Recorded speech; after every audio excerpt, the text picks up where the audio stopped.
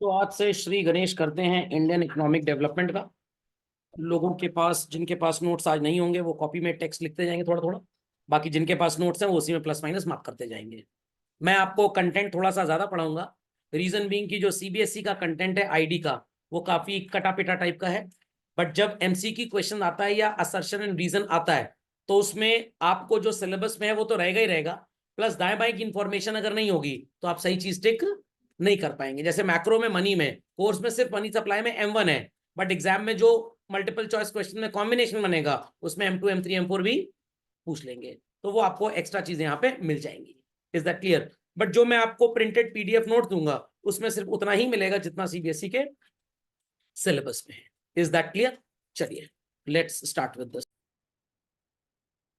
So let's start, children, with the first chapter, that is Indian economy on the eve of independence. कि भाई independence के time पे हमारे हालात कैसे थे। जनरली इंडियन इकोनॉमी को बड़ा गरीब टाइप का देश पोर्ट्रे किया गया है, दिखाया गया बड़े मजबूर टाइप के थे। बट जब अपने पे आ जाते हैं तो ईट से ईट टकरा के बजा देते हैं। समझ में आ गया? चलिए बच्चों, so the first chapter is Indian economy on the eve of independence. What will be studying in all. British rule में हमारा एक्सप्लॉयटेशन का लेवल क्या था, एट दैट टाइम हमारे कैरेक्टरिस्टिक्स क्या थे, हम बड़े गरीब टाइप के देश हुआ करते थे। चलन एग्रीकल्चर सेक्टर के क्या हाल थे, इंडस्ट्रियल सेक्टर के क्या हाल थे, और फॉरेन ट्रेड के क्या हाल थे। डेमोग्राफिक प्रोफाइल, लिटरेसी क्या था, जेंडर रेशियो क्या था, ऑक्यूपेशनल स्ट्रक्चर क्या था, ये सब आप इसमें पढ़ेंगे। और उस समय का इंफ्रास्ट्रक्चर झोपड़पट्टी टाइप था, शॉपिंग मॉल्स तो होते नहीं थे। तो ये सारी चीजें इस चैप्टर में आप कवर करेंगे। समझ में आ गया? तो अगर किसी का विचार कल को सिविल सर्विसेज के लिए हो तो वहां पे भी इंडियन इकोनॉमी जैसी चीजें पढ़ाई जाती हैं, तो ये सारा कंटेंट वहां काम बहुत आएगा। चलिए let's start children. The first is, थोड़ा फोटो तो बनी है तो अच्छा लगेगा आपको, पढ़ना मन लगा रहेगा आपका। नहीं तो काला अच्छा भैंस बराबर बड़ा बेकार लगता था। Colonial exploitation. अब कॉलोनियल वर्ड का मतलब क्या है? ब्रिटिशर्स ने जब कंट्री को रूल किया तो भाई वो तो मानते थे कि हिंदुस्तान उन्हीं का देश है। Is that clear? तो उनके लिए इंडिया एक कॉलोनी थी, मतलब एक सो कॉल्ड एडिशनल कंट्री थी। जैसे चाइना ठीक ठाक इकोनॉमिकली पाकिस्तान श्रीलंका को रूल कर चुका है, बांग्लादेश को भी काफी हेल्प दे रहे हैं, तिब्बत वगैरह नेपाल में भी काफी अपने पैर जमा रहे हैं वो लोग, ताकि इंडिया को चारों तरफ से घेर लिया जाए। सर क्या वो लोगों खेलेंगे कबड्डी कबड्डी कबड्डी कबड्डी कबड्डी, डप्पा मार के छू के चले आए हम।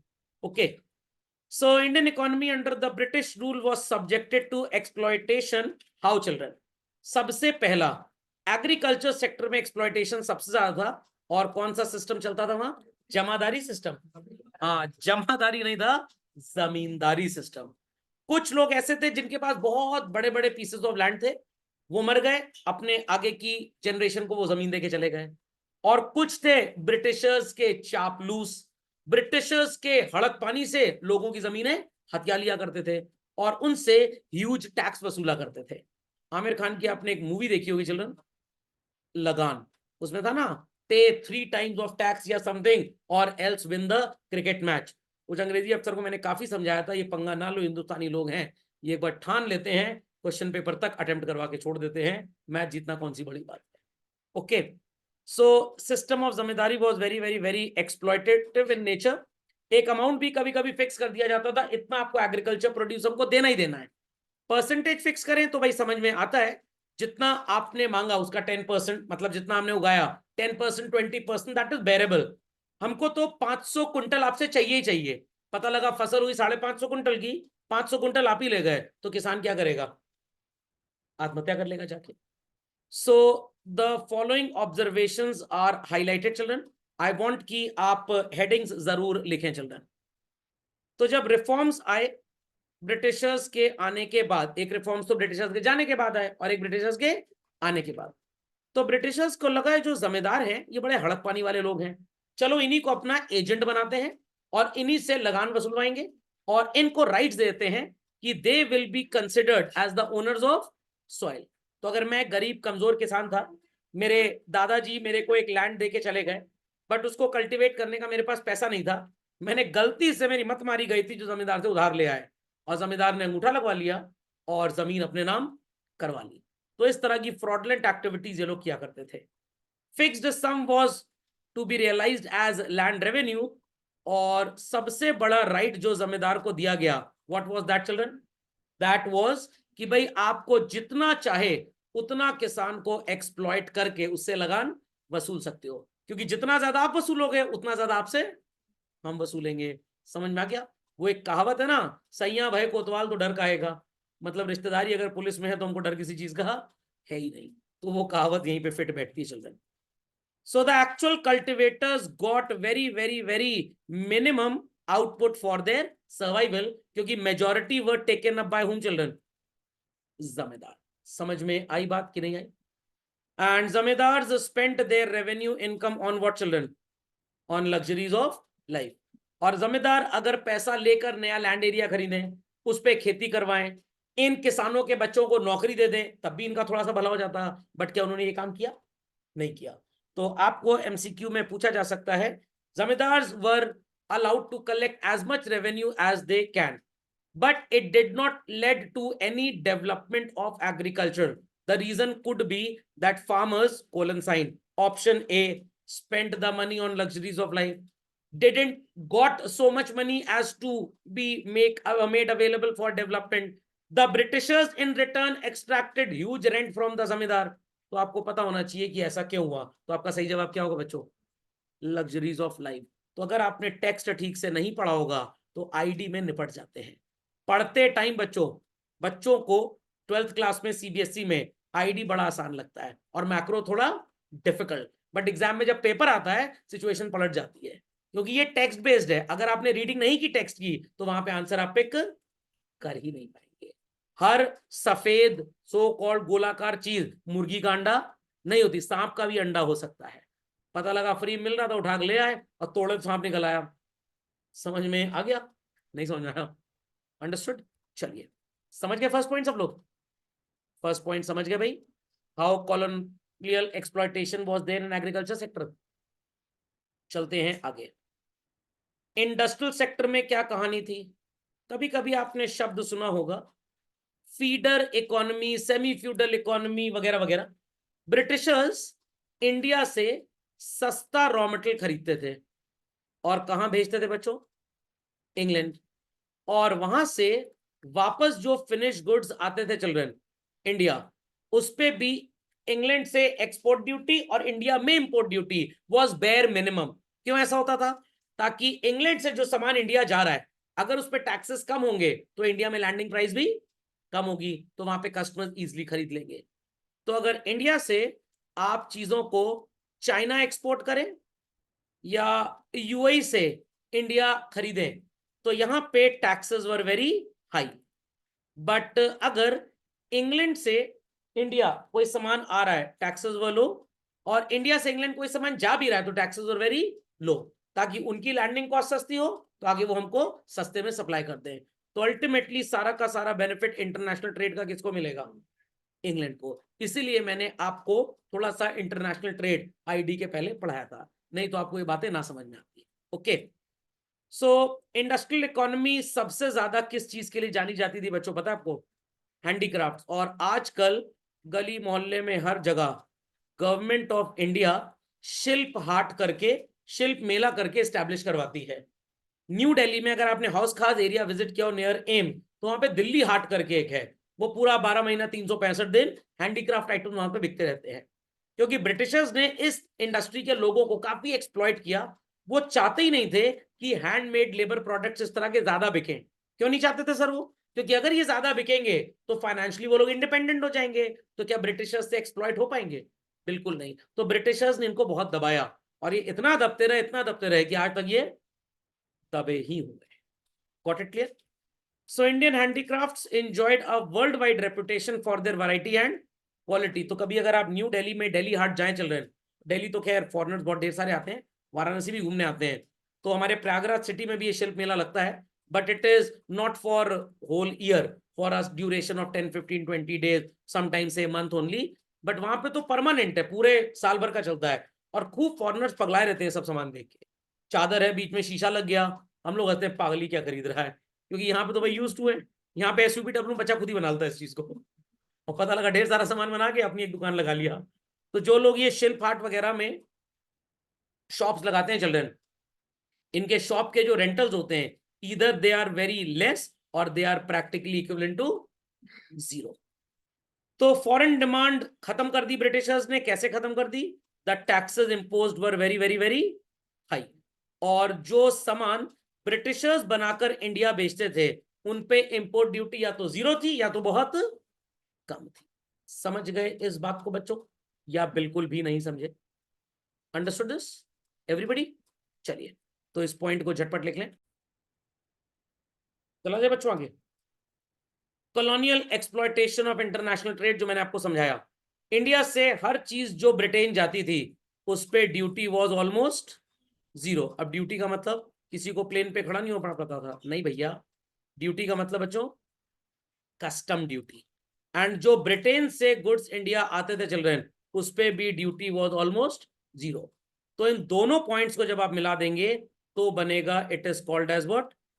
Discriminatory tariff policy. चाहे वो हैंडीक्राफ्ट आइटम्स पे हो, चाहे वो फिनिश प्रोडक्ट पे हो, चाहे वो रॉ मटेरियल पे हो। इंडिया से इंग्लैंड कोई भी चीज जाना विद लोअर और नो टैक्स, ब्रिटेन से कोई भी चीज इंडिया आना विद लोअर और नो टैक्स, ये नहीं है डिस्क्रिमिनेटरी टैरिफ पॉलिसी। अभी आधा और है, दूसरी कंट्रीज में एक्सपोर्ट करने पे हाई टैक्सेस और दूसरी कंट्री से इंपोर्ट करने पे लो टैक्सेस। ये सारा जब बन जाएगा then it will be called as discrimination. कब होगा? जब भेदभाव होगा दो चीजों में।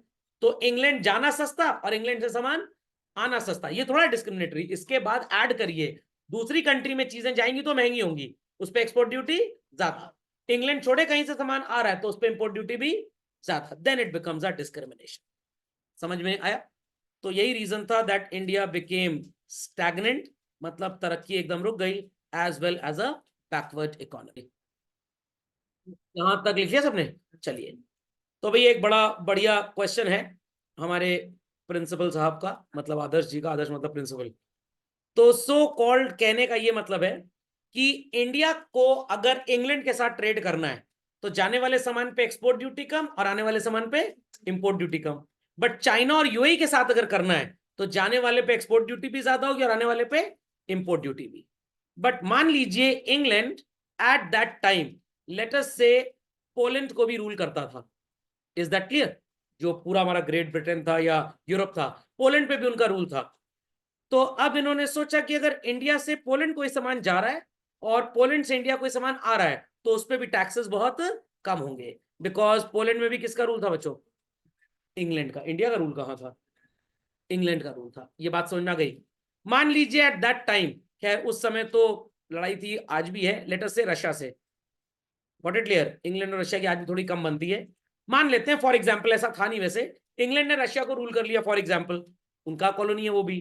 तो अगेन इंडिया से रशिया जो सामान जाएगा और रशिया से जो इंडिया सामान आएगा, इस पे भी टैक्सेस बहुत कम होंगे। तो जहां जहां पे ब्रिटिशर्स का रूल था उन हर कंट्रीज में ये काम करते थे ये। बट जहां पे रूल नहीं था, जहां पे दोस्ती यारी नहीं थी, उन कंट्रीज को चाहते थे कि इंडिया सामान जाए भी तो महंगा और आए भी तो इंडियन अपना सामान वहां बेच ना पाए और वहां का बना हुआ यहाँ बिक ना पाए, तो उनकी इकोनॉमीज को भी चौपट करना था। बात समझ में आ गई? Clearly understood? तो मेरे शॉपिंग मॉल में अगर आपकी दुकान है और आप अगर कहीं और दुकान लेते हैं मेरे से ही, इज दैट क्लियर, तो मैं आपको सस्ती दे दूंगा। बट अगर दूसरे शॉपिंग मॉल में आप अपनी दुकान खोलते हैं तो मैं आपकी दुकान का किराया बढ़ा दूंगा। बदमाशी। समझ में आ गया? नहीं समझ में आया? हाँ, हर जगह से कैसे रेस्ट्रिक्ट करा था? अगर हर जगह से रेस्ट्रिक्ट कराता तो उस समय भी तो यूनाइटेड नेशंस के पहले League of Nations type organisation थी, वो भी तो बोलती कि भाई ये गलत है। तो हम उतना ही किसी को प्रेशराइज करते हैं जितना प्रेशर झेल ले। मान लो मम्मी को बहुत गुस्सा है बच्चे के ऊपर, अब क्या बच्चे को वो इतना डंडे से मारे कि मर ही जाए? नहीं ना।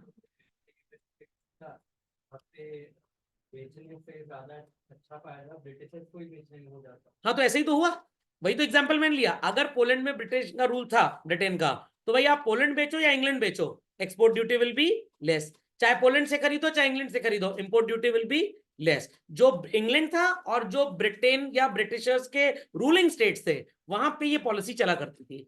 अगर आप किसी आउटसाइड द डोमेन जाके सामान बेचेंगे या खरीदेंगे, वहां पे कोई भी टैक्स में छूट नहीं होती थी। ऐसा ही लोग करते थे, ऐसा आज भी होता है। आपने सुना होगा कि जब अभी रशिया और यूक्रेन का वॉर खैर चल ही रहा है, तो रशिया के ऊपर कितने सैंक्शंस उन्होंने रेस्ट्रिक्ट कर दिए कि भाई आपको हम अपना सैटेलाइट परमिशन नहीं देंगे, तो वो इंडिया का यूज कर लेते हैं। समझ में आ गया। उन्होंने बोला हम वीजा और मास्टर कार्ड की सर्विस नहीं देंगे तो रुपए यूज कर लेते हैं, ये आज भी करते हैं काम। अब क्वेश्चन ये उठता है कि इंडिया जो 20 साल पहले था और इंडिया जो आज है, 20 साल पहले अगर हम रशिया की मदद करते थे तो इंडिया बोलता था, मतलब यूएस बोलता था इंडिया को कि आप ये काम नहीं कर सकते, अगर आपने काम किया हम मिसाइल ठोक देंगे आपके ऊपर। इंडिया डरता था उस समय, बट आज इंडिया डरता बिल्कुल भी नहीं है। What it clear? तो ये हमेशा चलता और ये हमेशा से चलता रहेगा। लस्ट फॉर पावर बेसिकली, आपको अपनी ताकत दिखानी तो कैसे दिखाओगे? समझ में आ गया? जैसे मान लीजिए कि एक बर्थडे पार्टी में आप सबको बुलाया गया, मेरे को नहीं बुलाया गया, अब मन दुखी तो है ही, ठीक है, और मैं कलाकारी कर जाऊं, बहुत इंपॉर्टेंट क्लास है उस समय, और सीधा मैं क्लास रख लूं। बच्चे कह रहे हैं सर बर्थडे पार्टी में जाना है, ठीक है मैं जल्दी छोड़ दूंगा, बट मैं झूठ बोल दूं, छोड़ो ही ना। समझ में आया कि नहीं आया? तो मेरे को नहीं बुलाओ तो कोई नहीं जाएगा। समझ में आई बात? नहीं समझे? समझ में आ गया? चलिए चलते हैं आगे बच्चों। सो कॉपी में हेडिंग लिखे बच्चों, features of Indian economy on the eve of independence. तो रोना किसी को भी नहीं है, बड़ा दुखदाई टेक्स्ट है ये, बिल्कुल मत रोइएगा। सबसे पहला feature, our economy was very very very stagnant, रुका हुआ देश था।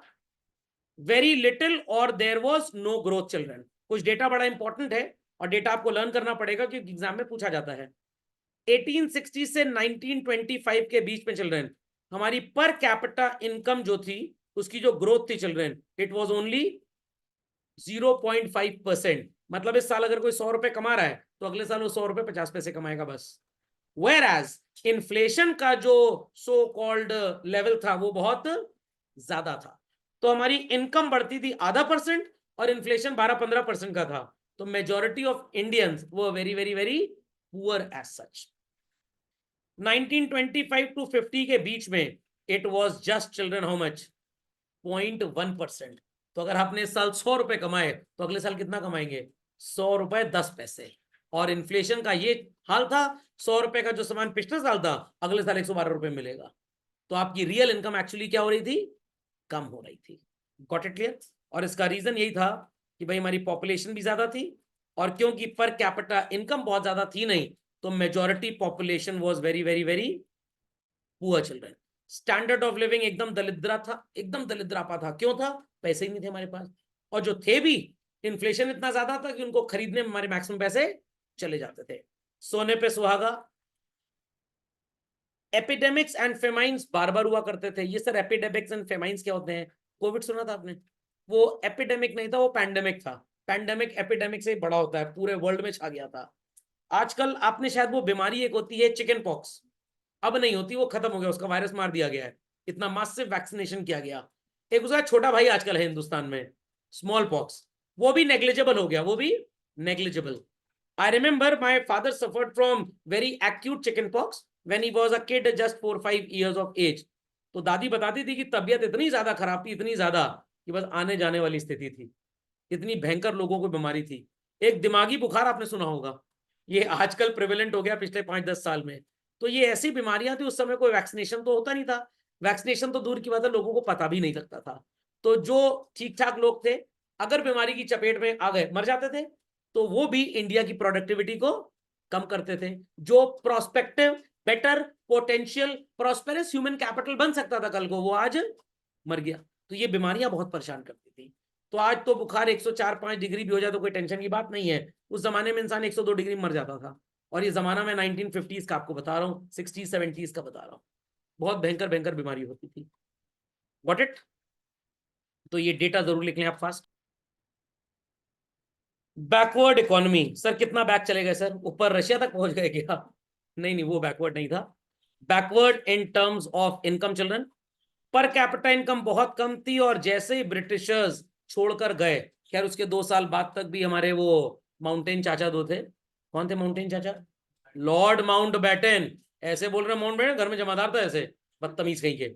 लॉर्ड माउंट बैटन, तमीज से बोलिए। पर कैपिटा इनकम इंडिया की कितनी थी बच्चों पर पर्सन, पता है आपको? 230 रुपए सर, बस 230 रुपए per capita income. Per day नहीं थी, पर वीक भी नहीं थी, पर एनम थी। सर 230 रुपए मतलब 1 रुपए से भी कम। और क्या, देशी की कितने का आता था? 1.5-2 रुपए का, 1.5-2 रुपए का, बहुत इनकम कम हुआ करती थी। आज भी आपको क्या लगता है इंडिया की पर कैपिटा इनकम कितनी होगी? क्या करोड़ों लाखों में होगी? क्या करोड़ों लाखों में होगी? हाईएस्ट स्विट्जरलैंड की है, लगभग 23-24 हजार डॉलर पर एनम, और हमारी भी शायद 6-7 हजार डॉलर के आसपास ही है बस पर कैपिटा, उससे ज्यादा नहीं है। तो अगर 6,000 डॉलर भी मान ली जाए तो 6,000 इंटू 80 डिवाइडेड बाय 365, लगभग 1200-1300, थोड़ा ज्यादा मैंने बोल दिया शायद, इतना है नहीं। पर कैपिटा इनकम आज भी इंडिया की कोई बहुत ज्यादा नहीं है। Bulk population was poor without sufficient food, clothing and shelter, that is roti, kapda and मकान। अनएम्प्लॉयमेंट भयंकर था। क्यों भयंकर था? क्योंकि भाई उतना इंडस्ट्रियलाइजेशन देश में है ही नहीं, और जब ब्रिटिशर्स गए तो कोई खास इंडस्ट्रीज डेवलप करके यहाँ नहीं छोड़ गए, उन्होंने सिर्फ उन्हीं इंडस्ट्रीज को डेवलप किया जिनसे उनको अल्टीमेट एडवांटेज होता था। तो एक बार गूगल करके जरा देख लेते हैं पर कैपिटा इनकम है कितनी चिल्ड्रन। तो 2022 जनवरी का जो इकोनॉमिक सर्वे का अपडेट है, it says 2000 to 2200 dollars per annum. जरा मल्टीप्लाई कर दीजिए इसको 80 से, 2200 इंटू 80, 1,76,365, 482 रुपीज। ये हमारा गूगल बोल रहा है कि पर कैपिटा इनकम उस जमाने में थी पर डे 482। आज मान लीजिए 500 रुपए है। समझ में आ गया? अब बच्चे कहेंगे सर फिर क्यों बोलते हैं देश बड़ा तरक्की कर रहा है? बिल्कुल तरक्की कर रहा है। Rich is becoming richer, poor is becoming poor. इसको एक शब्द में बोलें तो it is growth, it is jobless growth. तो ग्रोथ है कुछ लोगों की, सबकी नहीं है। कितने लोगों के पास जॉब्स ही नहीं है आज भी, कितने लोग आज भी स्टारवेशन से मरते हैं। Third children, agricultural backwardness, important point है। 72%, 3/4 जनसंख्या सो कॉल्ड एग्रीकल्चर में एंगेज थी, बट जीडीपी में एग्रीकल्चर का कंट्रीब्यूशन कितना था? 50%। कहने का मतलब देश में अगर 1 करोड़ लोग हैं तो 72 lakh people were involve in agriculture, और देश की अगर इनकम लेटस से 100 करोड़ है चिल्ड्रन, तो एग्रीकल्चर से आता था कितना पैसा? सिर्फ 50 करोड़। तो लोग ज्यादा एंगेज्ड हैं बट कमाई उतनी ज्यादा नहीं है। तो this simply shows disguised unemployment, कि लोगों का इन्वॉल्वमेंट ज्यादा है बट उस इन्वॉल्वमेंट से होने वाली जो इनकम है वो उतनी ज्यादा नहीं है। बात समझ में आ रही है? नहीं आई बात समझ में? लोग कितने इन्वॉल्व थे? 3/4, बट कमाई में कितना हिस्सा एग्रीकल्चर का? सिर्फ आधा। तो बोल सकते हैं कि 1/4 लोग ऐसे थे जो एग्रीकल्चर में थे तो, बट उनकी कमाई से हमारी देश की कोई तरक्की नहीं हो पा रही थी। तो सर वो करते क्या थे? गैया हाँकते थे, काम कुछ नहीं करते थे। Productivity was extremely low. Wheat का 1 हेक्टेयर में जो आउटपुट था बच्चों वो सिर्फ 660 किलोग्राम था, और राइस का अराउंड 665। और India was so much poor कि 50s क्या 60s तक भी चिल्ड्रन हमको काफी फूड आइटम्स अपने लिए क्या करने पड़ते थे? इंपोर्ट करने पड़ते थे। और आज इंडिया के काफी फल सब्जी ये सब क्या होते हैं? एक्सपोर्ट होते हैं। बस यही देख के अगल बगल वालों के अंदर थोड़ी सी जेलसी हो गई है। समझ में आ गया? थोड़े जल रहे हैं वो लोग। खोपड़े में बात गई? नहीं गई? गई ना? Food grain production 527 lakh tonne था।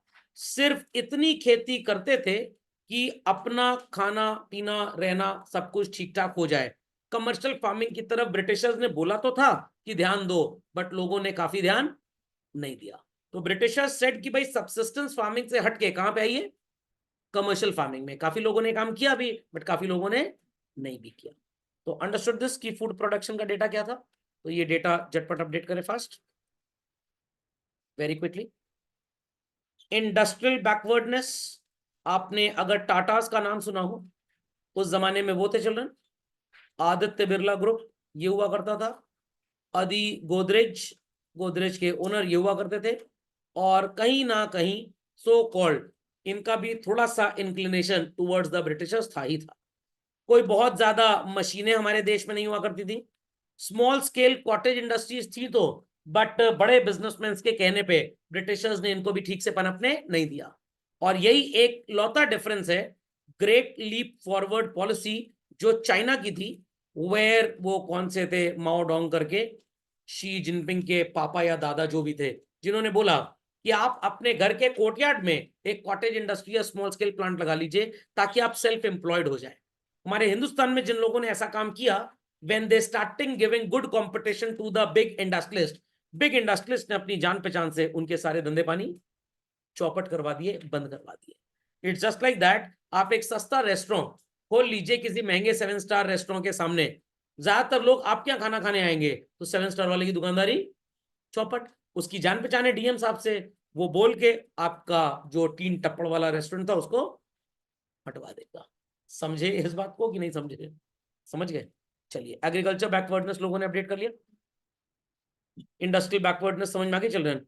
एंड जहां पे कैपिटल रिक्वायरमेंट थी, हमको मशीन कहां से खरीदनी पड़ती थी बच्चों? ब्रिटेन से। तो जब तक ब्रिटिशर्स इंडिया में थे तब तक तो अपनी मतलब की मशीनें फ्री में लाते थे। जब वो यहां से चले गए, they started imposing heavy custom duties, heavy taxes, ताकि हमारे लिए मशीन खरीदना मुश्किल ही नहीं, नामुमकिन हो जाए, जैसे डॉन को पकड़ना।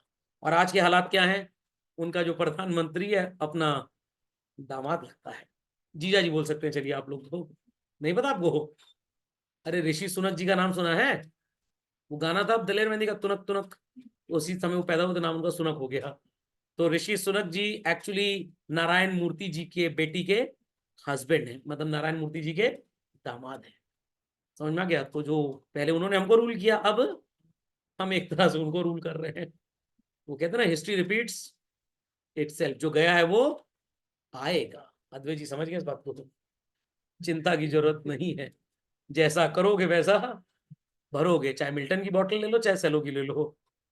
हाँ भाई, डन दिस भाई। चलिए, रैम्पेंट प्रॉवर्टी, बम्पाट गरीबी, ये क्यों हुई थी सर? आपको मैंने सारी बातें बता दी। आउटपुट जो था वो बहुत कम था, मैक्सिमम लोग जहां पे जॉब करते थे कम कमाई वाले एरियाज थे। ब्रिटिशर्स काफी इंडस्ट्रीज बर्बाद करके गए थे, इंडस्ट्रियलाइजेशन में ज्यादा ध्यान उन्होंने दिया ही नहीं था। तो भाई, जब आपके इनकम लेवल्स बहुत कम होंगे, definitely true, will you be able to demand huge goods and services? Not at all. Income कम है तो ऑब्वियस सी बात है, कंजम्पशन भी कम ही होगा। कितने लोग तो ऐसे थे जिनको 2 वक्त का खाना भी नहीं मिल पाता था, सड़क पे लोग सोते थे। सर आज भी हम लोग जाते हैं सर नाइट आउट पे, सर जागरण पे गए थे सर, तो हम भी सर वहीं सो गए थे। अरे वो तो एक हॉबी है आपकी। आज भी कितने लोग सड़क के कोने में सोते हैं। तो जहां पे हम बोलते हैं कि हम वर्ल्ड की टॉप 5th इकोनॉमी बनना चाहते हैं, बट क्या इन सड़क पे सोने वाले लोगों के लिए गवर्नमेंट कुछ कर रही है? बिल्कुल कर रही है। गवर्नमेंट ने इनको घर भी दिए हैं, इतने दलिद्दर हैं, बदमाश हैं लोग, अपना घर किराए पे चढ़ा दिए हैं। हाँ, और क्या, मैं मजाक नहीं कर रहा हूँ। काफी जगहों पे ऐसा हुआ, गवर्नमेंट ने इन गरीब लोगों को घर दिए हैं, ईडब्ल्यूएस जिसको बोलते हैं, economically weaker sections of the society का हाउसिंग स्कीम। जिनके पास कम पैसे हैं, 2 लाख रुपए वो दे दें लोन में, और ये लोन भी 10 साल में देना है, मतलब महीने का 1500 रुपए देना है, 10 साल तक देते रहिए घर आपका। 2.5 लाख रुपए सेंट्रल गवर्नमेंट, 2.5 लाख रुपए स्टेट गवर्नमेंट, 5-6 लाख रुपए में आपको घर बना के दे दिया गया। बदमाशी इतनी चरम सीमा पे इनकी, इस घर को किराए पे दे दिया है, और खुद अभी भी कहां सो रहे हैं? सड़क पे। घर में सोएंगे तो एसी चलेगा, कूलर चलेगा, बत्ती खर्चा आएगा, सड़क पे कोई बत्ती खर्चा है ही नहीं। होता है इंस्पेक्शन, जाते हैं जो लोग, every person has a price, only estimator is needed, उन पे भी लॉ होता है। Got it clear? फिर जज साहब बोलते हैं इनको जेल में बंद कर दो, और खुश, यहाँ रहना खाना पीना फ्री है, जो भीख मांगने का एफर्ट करना पड़ता है वो भी नहीं करना पड़ता है। बहुत कलाकार देश है ये, बहुत कलाकार, बहुत कला, आप सोच ही नहीं सकते हैं। यहाँ एमबीए तो समझ लीजिए, बस जैसे ही अस्पताल से डिस्चार्ज हो घर आए, आप हो गए एमबीए, वहां बेकार आदमी। यहाँ मैनेजमेंट सबको आता है, कोई टेंशन की बात नहीं है। समझ में आया कि नहीं आया? आप दूर मत जाइए, अपने घर की मेड को देख लीजिए, मम्मी से बोल रहे हो कि 20,000 दे दीजिए, 4 भाभी जी लोग से और बोल दिया अभी आईफोन खरीदना है जाके। समझ में आ गया? मेरी मेड कितनी बार ताना मार चुकी है, भैया जी 6 साल से आपका एक ही फोन चला जा रहा है, नया खरीद दिया। तो मैंने कहा सही तो चल रहा है, अभी मॉडल पुराना हो चुका है ना, भारी बहुत है, उसकी महीने की तनख्वाह 800 रुपए है, मोबाइल का 20,000 रुपए का है, 10,000 मोहल्ले से जुगाड़ की है, और 10,000 मोबाइल वाले से उधार लेके आई है। अब ये लोग तो पूजा पाठ करेंगे, ना मरे ना मरे, ना भागे ना भागे, एम्प्लॉयमेंट भी इंश्योर्ड है पूरा पूरा, कोई नहीं भगाएगा घर से, क्योंकि उसके पैसे जमा है। हमारे यहाँ जो झाड़ पोछ के आती है, मतलब झाड़ू पोछ की सफाई करने के लिए, उसका हस्बैंड विजय माल्या की संतान है। पिछले 2-3 साल में मैं सुन चुका हूँ 2-4 लाख रुपए जुए में हार चुका है। वो हर जगह से मनी बोरो करती है। तो मैंने कहा तुम बोरो करो, लोहे का डंडा खरीदो। कह रही भैया क्या जादू टोना? मैंने कहा सर पे मारना सीधे, जादू भी होगा टोना भी होगा, टन से आवाज भी आई, समय टोना हो गया। बहुत कलाकार, बहुत खलीफा टाइप के लोग हैं यहाँ पे, बार बार मतलब वो इसीलिए उधार ले रही है कि उसके हस्बैंड का डेट चुका दिया जाए। पुअर इंफ्रास्ट्रक्चर, 1948 में पावर जनरेशन कैपेसिटी कितनी थी हमारी चिल्ड्रन?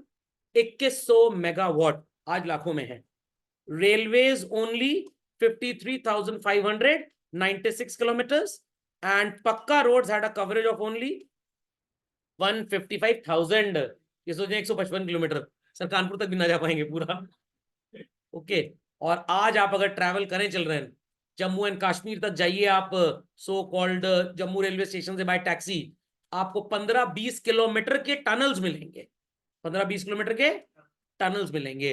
तो इंफ्रास्ट्रक्चर पे तो हमारे गडकरी अंकल ने पिछले 10 साल में बहुत पैसा खर्च किया है, पहले की गवर्नमेंट भी किया, ऐसी बात नहीं है। तो पुअर इंफ्रास्ट्रक्चर का रीजन अगेन इंडियन मेंटालिटी नहीं थी, everything revolves around what children? Money. जो इतना जीएसटी कलेक्शन है, अभी रिकॉर्ड तोड़ पिछले महीने 2 लाख करोड़ का जीएसटी कलेक्शन हुआ है, सारा का सारा पैसा यहीं पे खर्च हो रहा है। गडकरी जी तो बोलते हैं बताइए कहां रोड बनानी है, पैसे की कोई कमी नहीं है, उन जगह मुंह पे एक रोड बना दो। समझ में आ गया? चलिए, तो पुअर इंफ्रास्ट्रक्चर समझ गए। तो बस वही चीज है कि कोई भी रईस इंसान नहीं चाहता कि जो उसके ऊपर डिपेंडेंट है वो रईस हो जाए, इसीलिए, क्योंकि अगर वो रईस हो गया तो हम उसको रूल कर ही नहीं पाएंगे। फाइन चिल्ड्रन, इंडिया में इंडस्ट्रियलाइजेशन तो एकदम नील बटे सन्नाटा था, तो हमारी सारी की सारी डिपेंडेंसी किस पे थी बच्चों? इंपोर्ट्स पे थी। Got it clear? Either it is machinery और any other type of equipment children, even defence equipment, sewing machine, medicine, kerosene oil, bicycle, हमें सारी चीजें बाहर से खरीदनी पड़ती थी।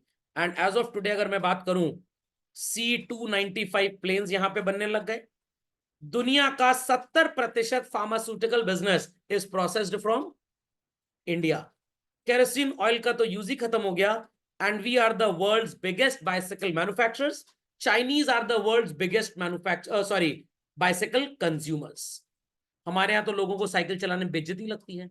लड़का साइकिल चला लेगा तो ऐसे लगेगा उसकी शादी की लड़की नहीं मिलेगी, और लड़की साइकिल चला लेगी तो ऐसा लगेगा कि सास वहीं कूट डालेगी उसको। तो यहाँ तो साइकिल चलाना बड़ी बेइज्जती है, हम थक जाते हैं। जाओ पत्ते कर लो, फिर थक जाते हो तो ना रहोगे ना थकोगे, दिन भर मरे रहेंगे पबजी में, उसमें नहीं थकेंगे। थकते क्यों है? क्योंकि खाना पीना थकाई वाला है। बर्गर, चाउमीन, पिज्जा खाएंगे तो क्या होगा? एक दिन बर्गर बन जाएंगे, लोग आपका नाम बर्गर सिंह रख देंगे। क्लियर? पौष्टिक आहार खाइए, प्रॉपर सो कॉल्ड घी खाइए, देशी घी, फिर साइकिल चलाइए, थकेंगे बिल्कुल भी नहीं। यहाँ तो कान मरोड़ा, डुर्र से पहुंच गए, बुर्र से वापस आ गए, और पता लगा हफ्ते में 5 दिन बाद खर्राटा मार रहे हैं, सो रहे हैं, बुखार हो गया हमारे बच्चे को। अरे भाई, आपने जब साइकिल चलाई नहीं, आपकी सो कॉल्ड बॉडी में जो भी एक्स्ट्रा रॉ मटेरियल था वो प्रोसेस हो ही नहीं पाया। समझ में आ गया? तो कृपया करके कम से कम 18-20 साल तक तो, 18-20 ना भी हो, 18 साल तक तो एटलीस्ट साइकिल चलानी ही चलानी चाहिए। खैर आगे चलते हैं। और उस समय लोग ज्यादा बाइसाइकिल इसलिए चलाते थे क्योंकि इतना आउटपुट ही नहीं था स्कूटर, मोटरसाइकिल, कार का। और इवन 60s और 70s तक भी अगर किसी घर में कार हुआ करती थी तो माना जाता था बहुत रईस आदमी है। आज 5,000 रुपए लेकर जाओ शोरूम और बढ़िया चमचमाती हुई गाड़ी घर ले आओ। बाकी पैसा कैसे देंगे? ईएमआई। 2-4 महीना ईएमआई नहीं भी दिए कोई बात नहीं, गाड़ी उठा के लेंगे, ले जाओ, फिर 5,000 में दूसरी ले आएंगे। 3 महीने में 5,000 तो खर्च हो रहा है। समझे कि नहीं समझे? नहीं समझे? समझ में आ गया? चलिए, अभी एक मैं डेटा पढ़ रहा था, आपने राजीव गांधी जी का नाम सुना होगा बच्चों। अराउंड 80s जब राजीव गांधी जी ने अमिताभ बच्चन जी को नॉमिनेट किया इलाहाबाद से इलेक्शन लड़ने के लिए, तो प्रॉब्लम आ गई कि भाई कैसे वो अपनी यात्रा होती ना, रैली, कैसे निकालें। क्योंकि उस जमाने में एक बड़े दिग्गज नेता हुआ करते थे, हेमवती नंदन बहुगुणा जी। उन्होंने सारी गाड़ियां, टैक्सी वैक्सी सब बुक करा ली, अब इन बेचारों को कोई गाड़ी मिली नहीं। तो राजीव गांधी जी ने फोन किया आनंद महिंद्रा जी के पिताजी को कि भाई शोरूम से गाड़ियां निकलवा के भेजिए इलाहाबाद। तो 150 नई जीप्स वहां से निकल के इलाहाबाद आई थी, सिर्फ और सिर्फ कैंपेन के लिए, और फिर वापस चली गई। Got it clear? समझ में आ गया? नेतागिरी आज भी होता है, आज भी होता है, ऐसा नहीं आज नहीं होता। किसी के यहाँ बिहार बिहार में शादी है मान लीजिए, फोन कर दिया लालू प्रसाद जी ने कि भाई, अब रूलिंग पार्टी में कहा है, कोई टेंशन की बात नहीं है, फोन कर दिया भैया 15 जरा इनोवा निकाल लेना वहां से, बारात जानी है बिटिया की, इनोवा वापस आ जाएगी, और लोग फिर खरीदते हैं उसको, मीटर उसका रीसेट कर दिया जाता है। चलिए, लिमिटेड अर्बनाइजेशन का मतलब बहुत कम लोग रहा करते थे बच्चों शहरों में। 1948 का डेटा है कि 14% population only used to live in urban areas whereas majority population कहाँ रहती थी? Rural area. अब वापस से मेजोरिटी अर्बन पॉपुलेशन कहाँ जाना चाहती है? रूरल एरिया में, क्योंकि बड़ा सस्ता रिजॉर्ट कहाँ मिलेगा? रूरल एरिया में। तो कोविड के बाद लोगों को अकल आ गई कि सही वही था। समझ में आ गया? रूरल पॉपुलेशन के पास अपॉर्चुनिटीज नहीं थी एग्रीकल्चर के अलावा कोई काम कर ले। और क्या एग्रीकल्चर बच्चों बहुत पेइंग जॉब था? No, that's why they had to live in poverty. समझ में आ गई बातें?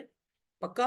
तो आपसे अगर असर्शन में पूछा जाए rural population lacked opportunities outside agriculture, ये असर्शन होगा। रीजन होगा rural population was not so much educated to get employment in factories, that's why they were unemployed.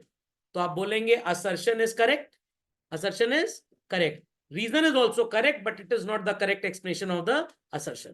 ऐसा नहीं कि वो एजुकेटेड नहीं थे, वो मूव नहीं करना चाहते थे।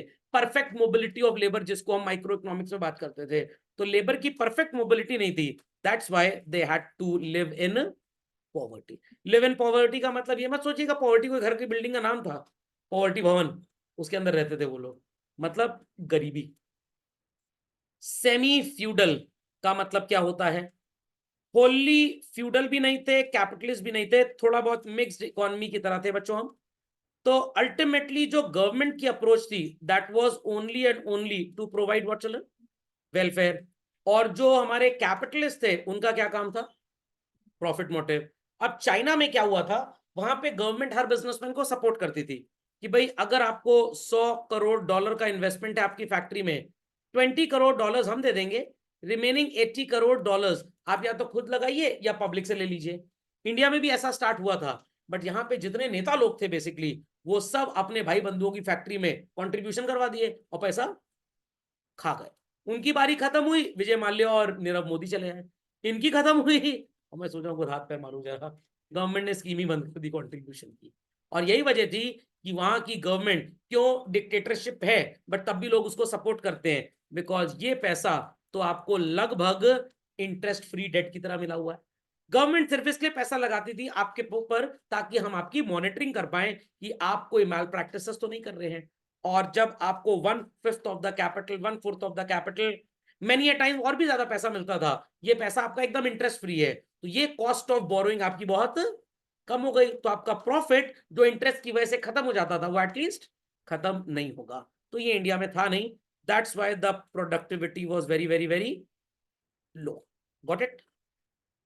कॉलोनियल इकोनॉमी ये मैंने आपको बता ही दिया सबसे पहले बच्चों। डोमेस्टिक इंडस्ट्री को उन्होंने कैसे खत्म किया? यहां से जो ब्रिटेन जाएगा सस्ता और ब्रिटेन से जो इंडिया आएगा वो सस्ता।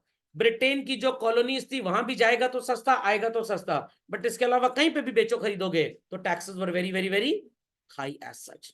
Got it? तो ब्रिटेन को जो हम रॉ मटेरियल बेचते थे वो भी एक्सपोर्ट फ्री, और जो वहां से फिनिश गुड्स आते थे वो भी एक्सपोर्ट फ्री। समझ में आ गई सारी बातें?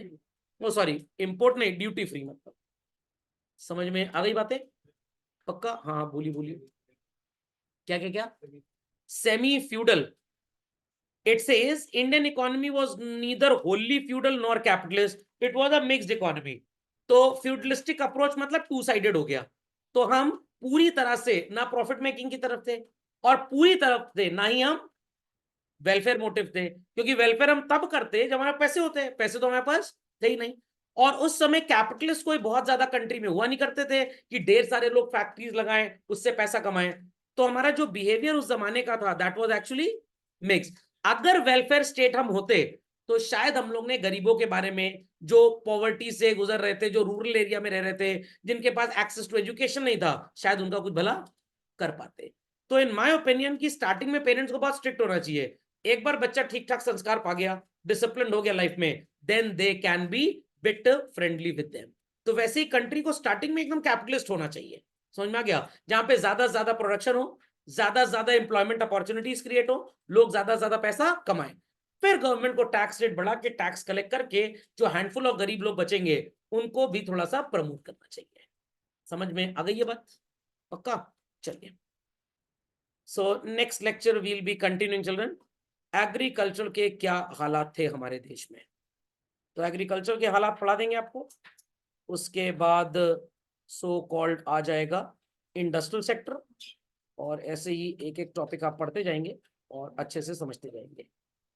नोट्स की जहां तक बात करें चिल्ड्रन, नोट्स में आपके पास जो कॉम्पोजिशन है इनकी रीडिंग जरूर करके आइएगा, क्योंकि जब आप रीडिंग करके आएंगे तो मेरे लिए चीजों को समझाना और आपके लिए झटपट क्वेश्चन पूछना बहुत आसान हो जाएगा। Got it clear? और इसको जीके के लिए आईडी आपकी बहुत स्ट्रांग होनी चाहिए। चलिए, दैट्स ऑल फॉर टुडे।